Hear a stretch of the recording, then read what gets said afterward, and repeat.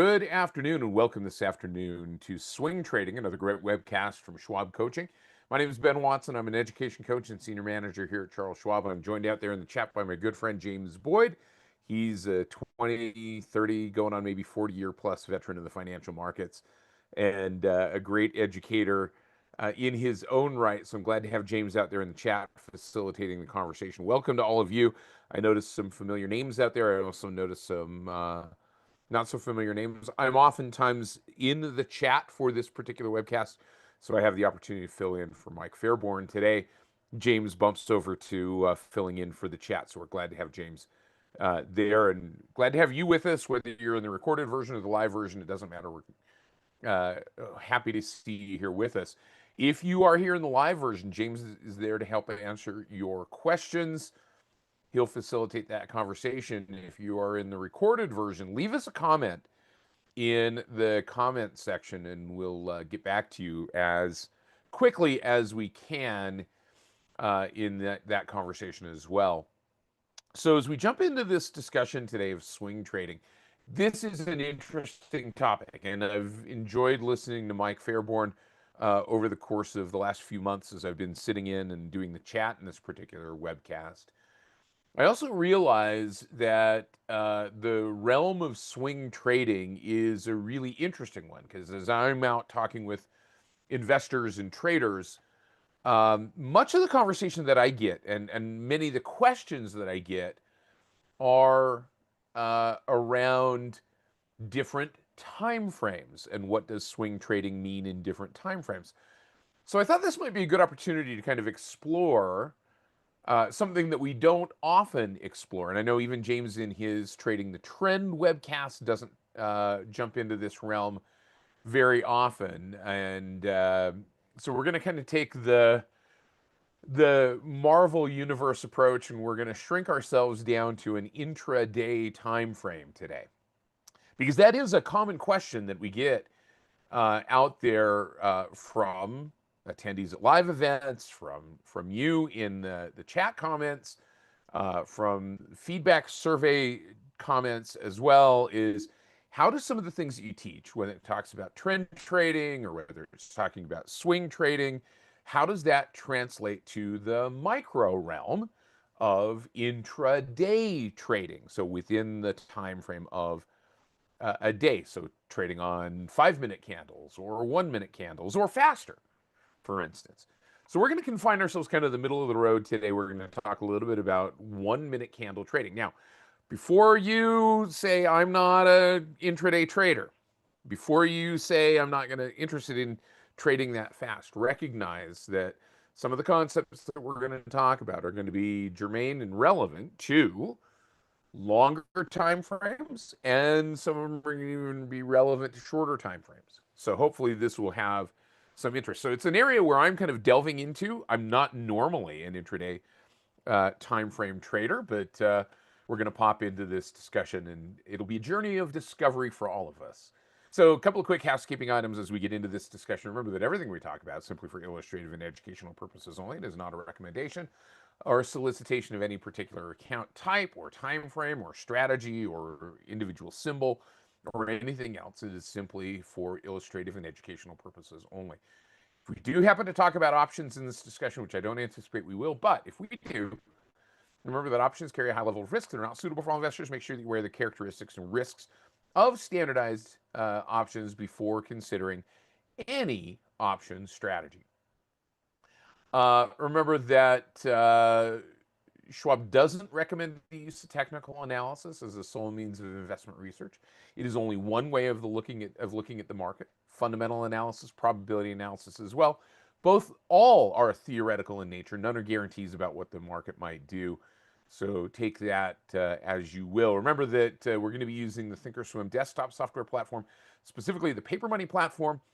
It does not do certain things that a live trading account will do. It's a great learning environment, but it doesn't facilitate things like studies in scans, and it often fills orders at an algorithmically derived midpoint as opposed to based on market forces specifically, whereas a live trading account, those fill prices on orders may be vastly different. That being said, pay attention as you move your practice from paper trading to live trading about those differences.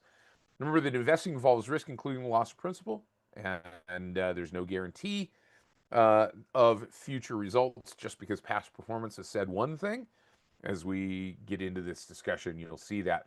Also, remember that when we talk about stop orders, which we will in this discussion, there's no guarantee that the execution of a stop order will be at or near the stop price, especially in a fast-moving market that can and does move pretty quickly. So we'll get into that discussion as we jump further. So what I'm going to do is I'm going to go out to the Thinkorswim desktop software platform, and we're going to kind of build a system. I've started this process of building a system, and Rethink Rich, not necessarily. This is not necessarily a session for complete beginners.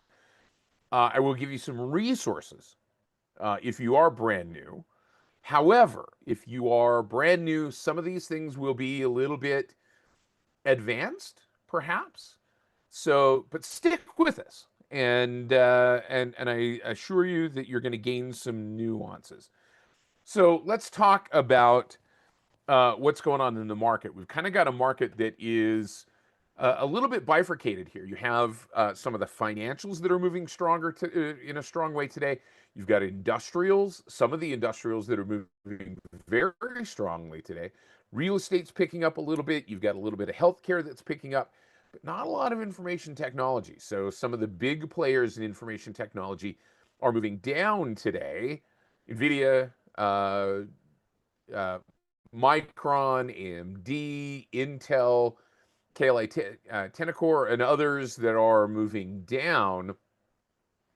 And a lot of that maybe is because of some of the other big name things that are happening, where there is a rotation. So rotating out of some of these other names to participate in other things that are going on that I can't really talk about.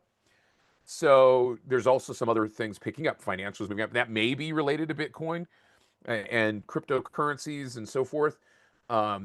Regardless of what the reasons are, this is kind of how that rotation is happening. And you see it across the Dow Jones, you see it across the NASDAQ. Again, same kind of thing. Financials, which the NASDAQ doesn't have a lot of financials in its space. Consumer discretionary is picking up a little bit here. Industrial is picking up a little bit. Communication services on the backs of, for instance, some kind of oddballs. Take-Two, which we'll look at here in just a minute.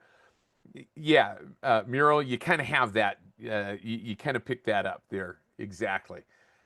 Western Digital in this space, really one of the big movers. So I just kind of wanted to get to that just so that we could get to kind of what's moving and what's not. And the reason for that is because if we're trading something on an intraday basis and we're expecting movement to happen in a short time frame, I want to start looking at things that are already moving, right? If we're talking about a swing trade, it's movement.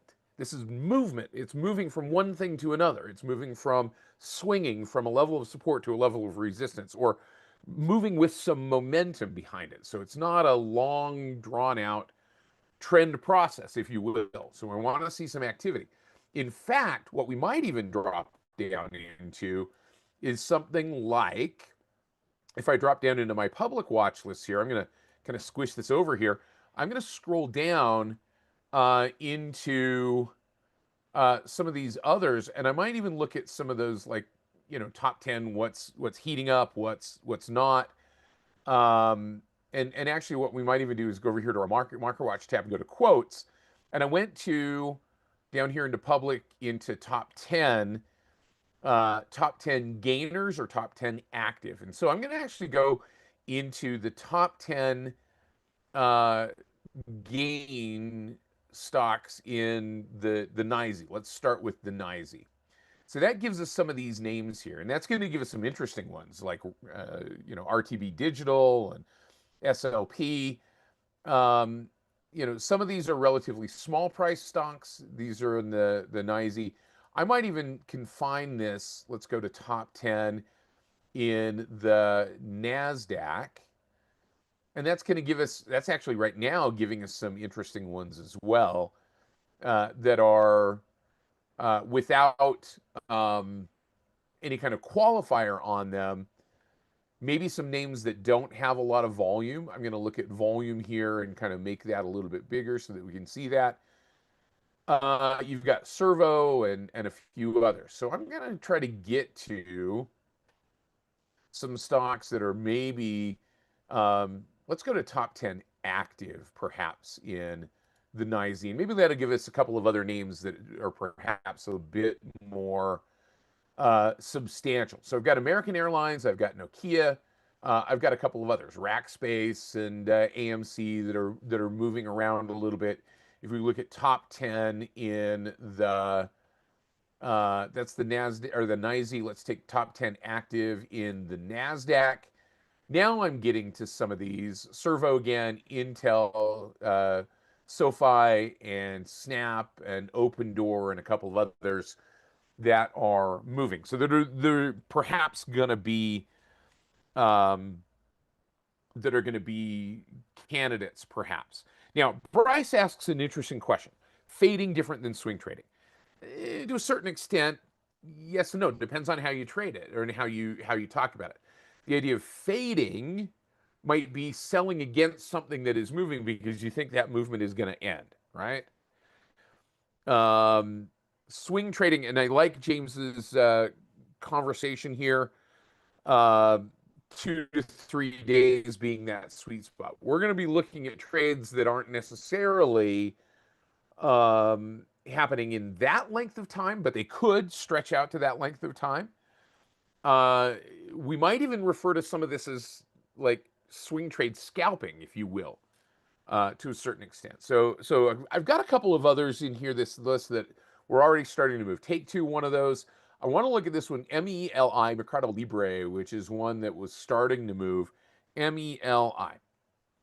And it's not moving at the moment. So let's take a look at TTWO, because I know that one was moving, and it's maybe moving against us at the moment. Let's see if we've got a couple of other opportunities. And this is kind of the nature in terms of playing these types of swing moves, is looking for something that is behaving the way we want it to behave. Now, this one is moving in the way that we perhaps want to trade this, because the way that we're going to approach this is from a long-only perspective, right? And yeah, you're right. Interesting digression into those public watch lists. All right, so here's Dollar Tree, and Dollar Tree is active today. And in fact, moving. It's got a fairly narrow bid-ask spread. It's down a little bit on the day, but it's starting to make a move back in an upward direction on that 1 day, 1 minute chart. So here we are down into that narrower time frame. If we were to look at this on the typical 1 year daily chart, we've got a little bit of a down candle, but it's coming up off of those lows, and that's what we're looking for in this swing trade move. Typically, swing trading, we would do this on a 1 year daily chart. What I'm looking for, Josh, specifically in that particular case, as I move down to that 1 day, 1 minute candle, is I'm looking for something that is showing me bullish movement on those 1 minute candles, because I want to trade that bullish movement, that swing from, say, for instance, a bullish low or a low up to a new high of resistance. That's kind of the definition of swing trading.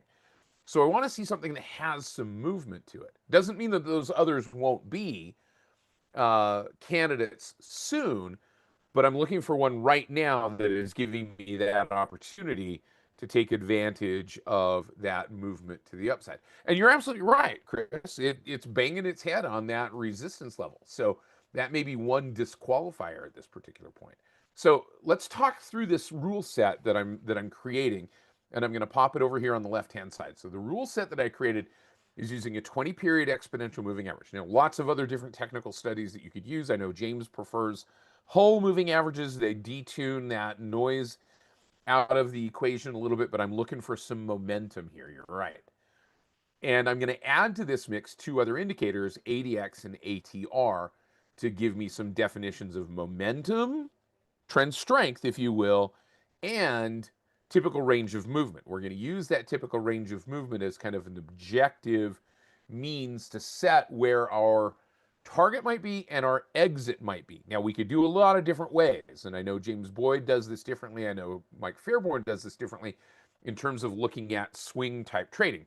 Levels of support and resistance certainly can be an indication, it can be a tool that we can use.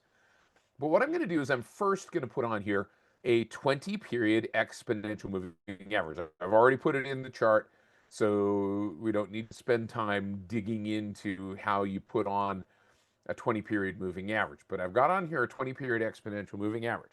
So what I'm looking for are candles that are closing above that 20 period exponential moving average. So now this is a 21-minute bar period time frame. So this is a 20-minute moving average, exponential moving average.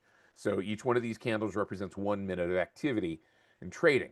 So 20-minute bar, and we've got 1, 2, 3, 4, 5, 6 candles above that 10 or that 20-minute exponential moving average. One filter that we might add to this in terms of just perpetuation of trend might be not getting into a trade where the price has been closing above that 20 period exponential moving average for more than 10 candles in a row without making a pullback, just so that we don't get into a time frame where that trend has exerted itself and has now exhausted itself in that short-term time frame. That's an important consideration, because oftentimes we're talking about, especially in this short-term narrow rule time frame, often these are impulse moves. These are not going to last for multiple hours, maybe not even lasting for an hour, right? Again, this is the nature of intraday trading, and you got to live with that characteristic. So we've just had a little bit of a pullback. We're testing that 20 period exponential moving average in this particular point. You could use pivot points for sure. That would be one way to do it, and that could be an extension of how you might put this this swing trade setup together, right? So again, remember, we're looking at a short intraday time frame. I'm just giving you the bare bones build out of the system, and the idea, it is not a rule of thumb. It is not absolutely set in stone. This is a framework upon which you can improvise, a little bit like jazz music, right? I'm giving you the baseline. You get to improvise and jam with this, right? So 20 period exponential moving average. Now I'm going to add into the mix ADX, and I'm using ADX in this particular case, box stock, out of the box, ADX 14 period Wilder's ADX. And what we're looking for, you could use VWAP, absolutely. A lot of different ways that you could apply VWAP. We're not going to do that in this particular case, but you could. So what I'm looking for here in terms of trend strength, which we're not getting yet, but it looks like it's picking up, would be a trend strength filter. ADX moving up above 20 or above 25, depending on what your threshold is. I know Rachel Deschel, who teaches trading price patterns, uses a 20 threshold on the ADX. I've oftentimes used a 25 value threshold on the ADX. For this one, just because I know where it typically tends to sit on this particular stock, I'm going to use a 20 threshold on the ADX. So I'm going to grab my price level. We're going to come right over here to 20, and I'm just going to draw across there as kind of my starting threshold. ADX, remember, is a Wells Wilder instrument that simply determines trend strength. It is direction agnostic. So if we have a above 20 reading on the ADX and the price is going down, that's a strong downtrend. If we have a above 20 reading on the ADX and price is going up, that's a strong uptrend. He combined that and kind of altered that ADX component into the DMI indicator, which had that directional component to it too, as well. So you could use DMI as a function of this type of system as an indicator. It's well suited. The DMI is to intraday trading, but I wanted to keep the indicator here in this particular case simple. So I just wanted uptrending ADX, and I wanted above 20 in this case, and it's not quite there yet. I'm going to change my rule here in this particular case to 20, above 20 on the ADX. We're not quite there, but it's seeming to get there. We're bouncing against that resistance level. Now that we know what our signal is going to be, it's going to be a candle. We've had a little bit of a pullback. It closed below the 20 period exponential on that candle right there 2 minutes ago. So now our count starts again for that 10 candle count. We've had a pullback below the 20. Now we're back up above it. So our count starts with 1. Remember, if it goes more than 10 candles without pulling back, that's going to invalidate the entry because it may be that that impulse move is done. So I'm looking for a break above that 20 period on the, or that 20 level on the ADX. We're still above the 20 period exponential moving average. Now I need to determine how far this might go and where I'm going to take the trade off. And to that, we're going to look to another Wells Wilder creation, which is the ATR, average true range. By the way, Barb Armstrong teaches a lot about the ATR in her Trading a Smaller Account webcast.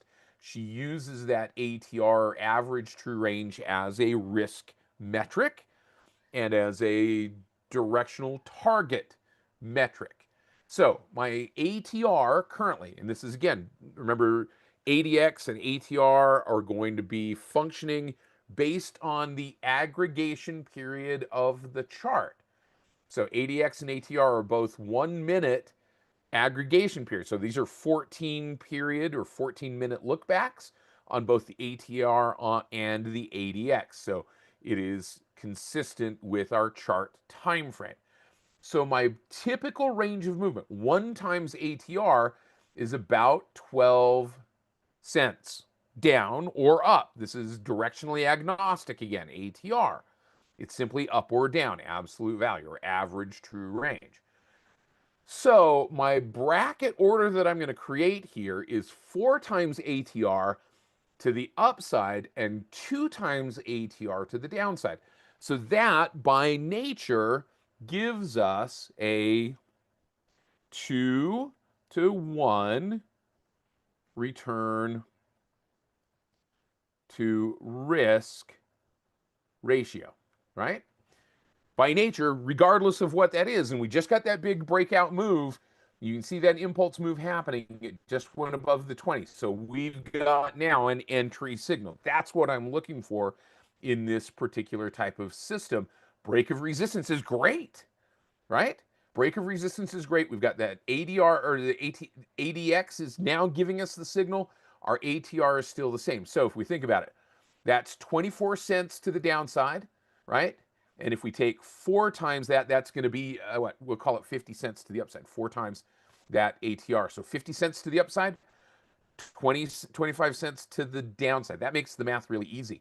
So what we're going to do is I'm going to come in here and I'm going to say, all right, let's grab that. I'm going to buy custom with OCO bracket. So we're going to keep our ATR numbers here in the same way. I'm going to just close this so that I know what I'm doing and I can see this. I'm going to unlink my target and stop orders, right? I'm going to unlink my target and stop orders. ATR is staying about where it is, Sam. You're absolutely right. That can jump too, and it may jump if we talk too much. And all I'm going to do is I'm going to change this to an offset, and I'm going to say, all right, I want this to go up 0.50. That's 4 times my ATR. And my downside is going to be minus 0.1, actually 2 times, right? 0.25. So 25 cents to the downside, 50 cents to the upside. 2-to-1 reward to risk. We're going to make those good till canceled. And we're going to make sure that this is an OCO bracket order. I'm going to stick with 100 shares just for the sake of that being the default. But a trader could change the number of shares to an appropriate position size based on the size of the underlying stock. So we're currently sitting at 111.40. My limit order is at 111.48, allowing for a little bit of movement here to the upside. I'm going to click on confirm and send. And I'm going to read through this order, make sure that this order is what I want to do. Buying 100 shares on a limit of 111.48, selling it if it goes 50 cents above that, and selling it if it goes 25 cents below. Short term, small gains, small swings, but it's based on average true range in terms of this movement. So I'm going to put this in my market movers group. And we're going to go ahead and click on send and fire that order off. And now, because I've got those orders in place, you can see what's going on with this particular trade. And you can see that kind of 2-to-1 swing trade type of perspective here. Here's where my stop is, a break actually back below that 20 period moving average if it comes against me, but there's my target if it moves to the upside. Yeah. So Josh says you could, would I want to check out time and sales as well as level 2? You could, absolutely. Order flow, however, is not necessarily the only way to approach this intraday trading, especially when we know that order flow may not represent all of the order volume and liquidity that is out there. So that is certainly one way that you could add an augment to this system. But again, we can build on that. And that's why I'm giving you that framework of how you might approach it. Tight bid-ask spread is going to be an expression of or a visualization of what's going on with time and sales.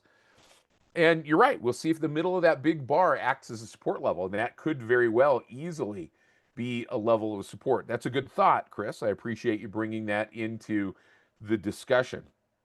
Now, you could, JJ, use Ichimoku clouds. I know Cameron's taught about that.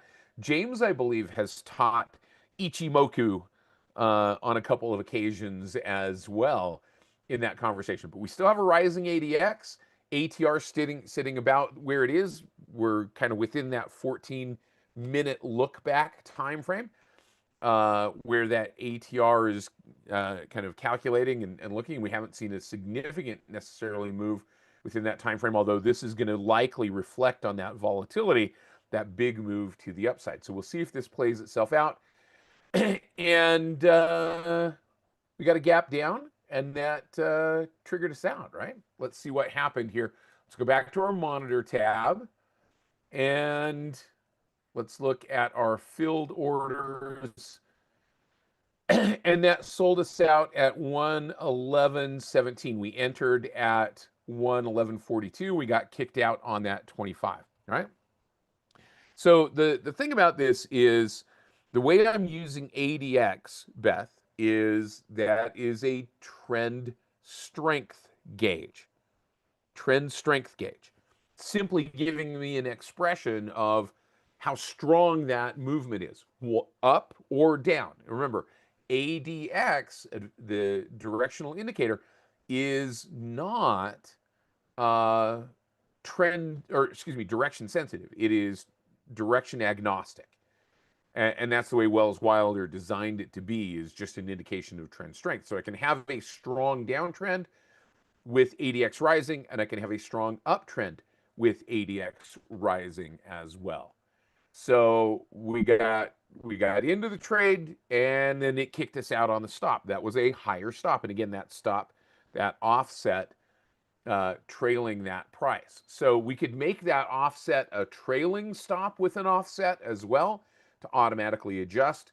And that's going to move up as our price of the underlying stock moves higher towards our take profit target. And that would be one way that we could kind of adjust this process as well. Yeah, I didn't see it either. And let's see if we can kind of zoom in. I don't know. Oh, you know what it was? I had not zoomed over to the right-hand side. That was my fault, because I had zoomed in on this and kind of moved my slider bar, and so I didn't see that candle that kicked us out. We weren't watching that candle. Sorry about that, Chris. But let's take a look at what else is moving at the moment. Let's go back to our market watch, and let's see what's moving to the upside here in this particular case. Let's see if we've got anything that is moving, because we're going long only. Now, using options, we could go long or short. If we were willing to short the stock, we could go short. But again, that's going to have its own risks and its own requirements in terms of margin and so forth. So I'm going to see if we can come back down here to our top 10 active on the NYSE, see if we've got anything going on here. And there are a couple of others. Let's go to our top 10. I'm going to see I had a couple of others in this list that I wanted to take a look at. Let's take a look at Take Two again and see if that's moving in the direction that we're looking for here. So here's take two. We're not quite, we're just about there at the 20 level. Let's zoom in. We are above, here was our last close below, and we've got 1, 2, 3, 4, 5, 6, 7, 8 candles. So we're right there on the verge. Let's put our 20 line on the ADX. We'll put that right there at 20. I'm just going to make this not too particular, not too precise. Right there at about 20. Our ATR in this particular case is 31 cents. So that gives us that opportunity to use the math. Now, Greg says, could we do this on the Active Trader platform? We could, absolutely. And we could build a template. And by the way, I've built a template here for order entry. So we could come down here to the chart. So we're above the 20 period moving average. We're now above the 20 line on the ADX, and our ATR level is 32 cents. So let's just kind of figure that out. 0.32 times 2 is going to give us 64 cents to the downside. 0.32 times 4 is going to give us $1.28 to the upside. So $1.28 and 64 cents to the downside. So I'm going to come up here to the candle. I'm going to right click and I'm going to buy custom, and I've built a bracket order template here. And that bracket order template is 20 period exponential plus ADX plus 4 times 2 times ATR. So that's going to give me that that range here in terms of building this bracket order. Now I'm going to adjust this a little bit. So I'm going to make that $1.28, and I'm going to make that downside move 64 cents. And I'm going to make sure that those are good till canceled. And my limit price, I'm at 226.90. My limit is 227.30. So I'm within my limit to getting into this particular trade. And we're still above 20, just double checking to make sure we're still there. And we're going to click on confirm and send, read through this order, buying 100 shares of take two, selling it if it goes $1.28 above where we're getting in, and selling it if it goes 64 cents below where we're getting into the trade. So I'm going to put this in my market movers group just because that's where I like to keep these shorter term trades. And we're going to click on send. We're going to fire that order off. And there's the, again, because I've gone to the gear icon and I've got show orders turned on. You can see the stop order here and you can see the target order here. That's that expectation to make that move to the upside, right? Yeah, Sam, I agree with that. And I'm kind of that way as well. But I wanted to explore this in terms of this particular trade. You could absolutely, Chris, set this up as a buy stop order with conditions to get into a trade that maybe hasn't met that condition yet. But here we are. It's made that move. It's above the 20 period moving average. And in terms of an intraday swing trade, where maybe you don't have some clear definitions of where levels of support and resistance might be, this can be potentially a way to establish a range in which that price might move, because we're taking something like the ATR, which is a statistically derived level, and using that as our stop and our target, as opposed to using something that is also, I guess, somewhat statistically derived. But it's discretionarily drawn. That's the levels of support and resistance. So for those of you that are brand new to trading, this is some kind of nuanced discussion and some nuanced stuff, some heady stuff. But it is a way to trade. And I wanted to kind of learn a little bit more about the world of intraday trading. Now we're getting that impulse move to the upside. So some of the things that we could add to this mix, in addition to some of the things that you suggested. So Josh suggesting using level 2 and time and sales as a function of order flow. But a couple of considerations to think about here. This type of trading activity oftentimes works well when the price of a stock is moving. Remember, this is a swing trade. This is not a trend trade. And so this is a function of movement. So you got to think about this, right? When do stocks typically tend to move? They tend to move in the morning and they tend to move towards the evening, right? Or towards the end of the day. There's a time frame because you know what? Institutional traders, they're still human beings. They still go to lunch. And so you'll get some midday doldrums. So notice this, right? So you notice this time frame here between so I'm on mountain time in this particular chart. That's where I happen to be located at the moment. So you look at this time frame where the stock really just kind of went sideways, right? From like 11:15. So that's like 1 o'clock Eastern time. So as it slowed down, that was kind of lunchtime Eastern time, where institutional traders are largely concentrated. The price of the stock kind of went sideways. There wasn't a lot of movement. Those traders came back from lunch and they start pushing this sucker around. Now we're getting into the last 30 minutes prior to the close of the day, and that's starting to move again. We're starting to get that impulse move moving to the upside here once again. So starting to see that upward movement. Doesn't guarantee that it's going to happen, but thinking about bookending the day, morning and towards the close may be times at which there is more activity. So Gabriel asks the question, can I share my template?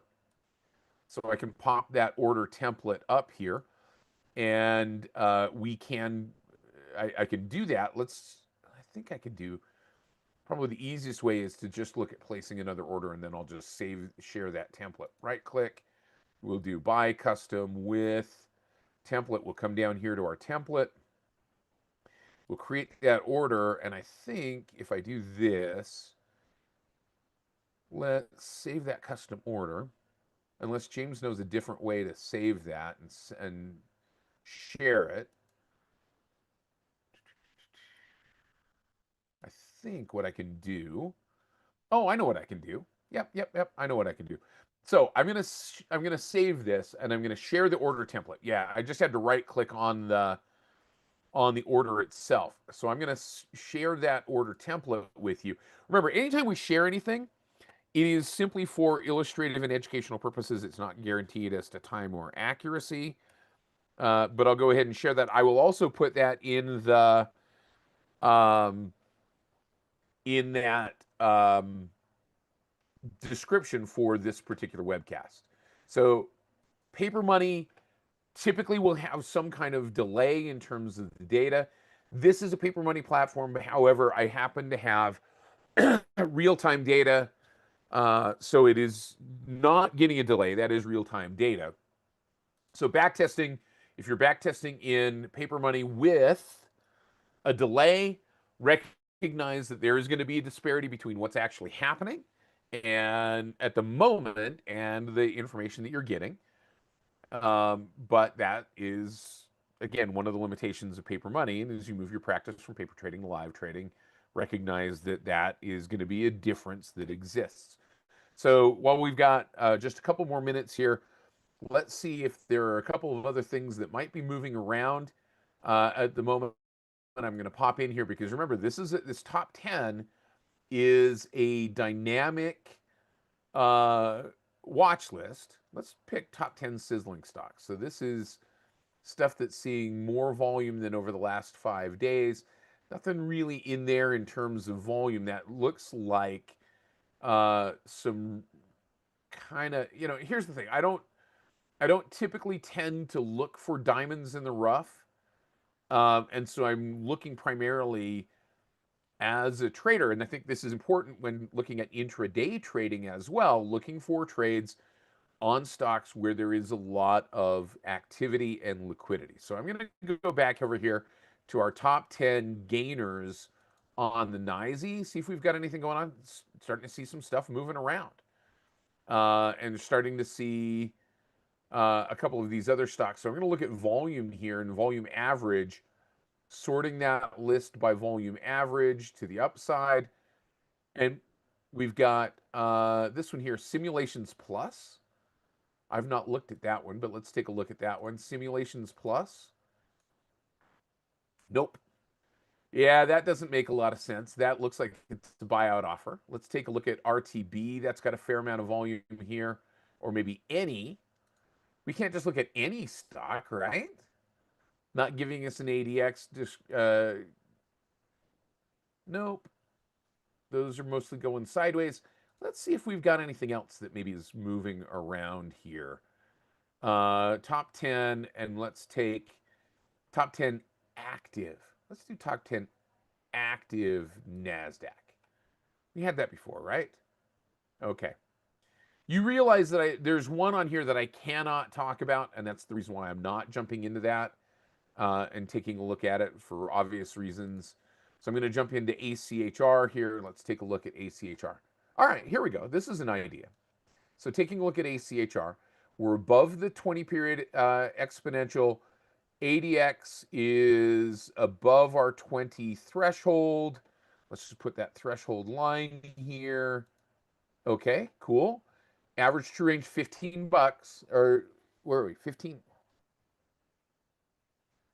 No, I'm sorry. That is, let's see. We're $5. So this is a small price stock. So we're looking at about two.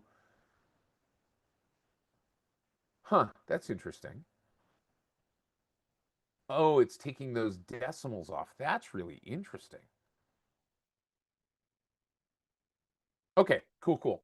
All right, so let's see if we can do this. So we're looking at about 2 cents to the downside, and we're looking at about 4 cents to the upside. Real small movements.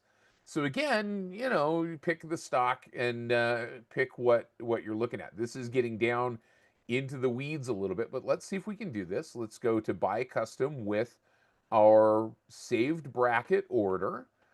And in this particular case, we're going to make our downside 02, and we're going to make our, and that might be within the range of that. No, it's got a penny wide bid ask spread. And I'm going to go 0.05 to the upside, 0.02 to the downside. And we're going to make sure that's good till canceled. We're within our limit. It's still within that limit price. Confirm and send. Again, market movers, read through the order, make sure that that's what we want to do. And we're in the trade, and it's moving in the direction that we want it to go. We've got the qualifier, which is that ADX, and it's moving to the upside. So we'll see how that trade plays itself out. We might get stopped out here. There might be another filter that we need to put into this mix.